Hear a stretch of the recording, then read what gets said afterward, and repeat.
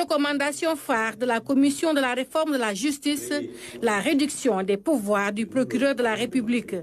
Après plus d'une semaine de réflexion, ces panélistes proposent également une cour constitutionnelle en lieu et place du Conseil constitutionnel. Ces recommandations portent sur la limitation des pouvoirs du procureur de la République, une plus grande compétence aux juges d'instruction, l'instauration d'un juge des libertés et de la détention, la mise en place d'une cour constitutionnelle en lieu et place du Conseil constitutionnel, une révision des codes existants, code pénal, code de procédure pénale, code de procédure civile, code de la famille, entre autres. Il est à noter qu'un large consensus s'est dégagé autour de 2 points. Il s'agit de la refondation de la justice et la césure à opérer avec ces symboliques issus de la colonisation pour qu'elle soit le reflet de nos valeurs propres et pour que cette justice soit plus souveraine.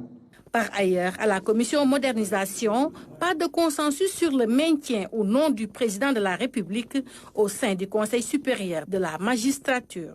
Les points de convergence, c'est qu'il faut aller vers un Conseil supérieur autonome.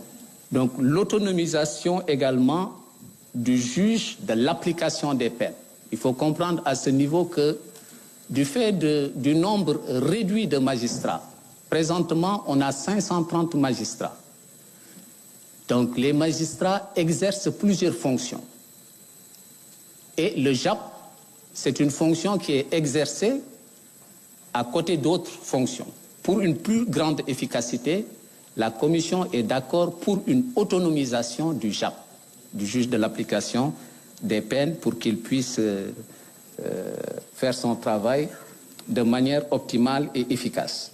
Améliorer les conditions de prise en charge du justiciable à l'accueil du détenu, des usagers, des victimes, bref, améliorer en tout cas l'accueil, l'orientation du justiciable, sa prise en charge. Le garde des Sceaux, ministre de la Justice, salue cet engagement collectif.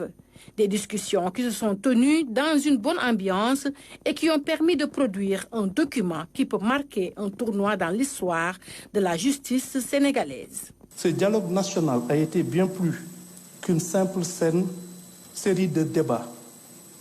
C'était une démonstration de notre engagement collectif envers l'idéal de justice, un rappel de notre responsabilité envers chaque citoyen et chaque communauté et une affirmation de notre volonté de construire un avenir où la règle de droit est respectée et où la justice est accessible à tous, sans distinction.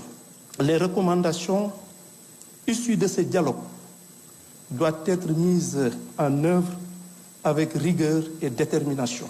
Les recommandations issues de ce dialogue seront soumises d'abord à la commission technique, puis au chef de l'État. Ces différentes contributions devront permettre de renforcer et de moderniser le système judiciaire sénégalais.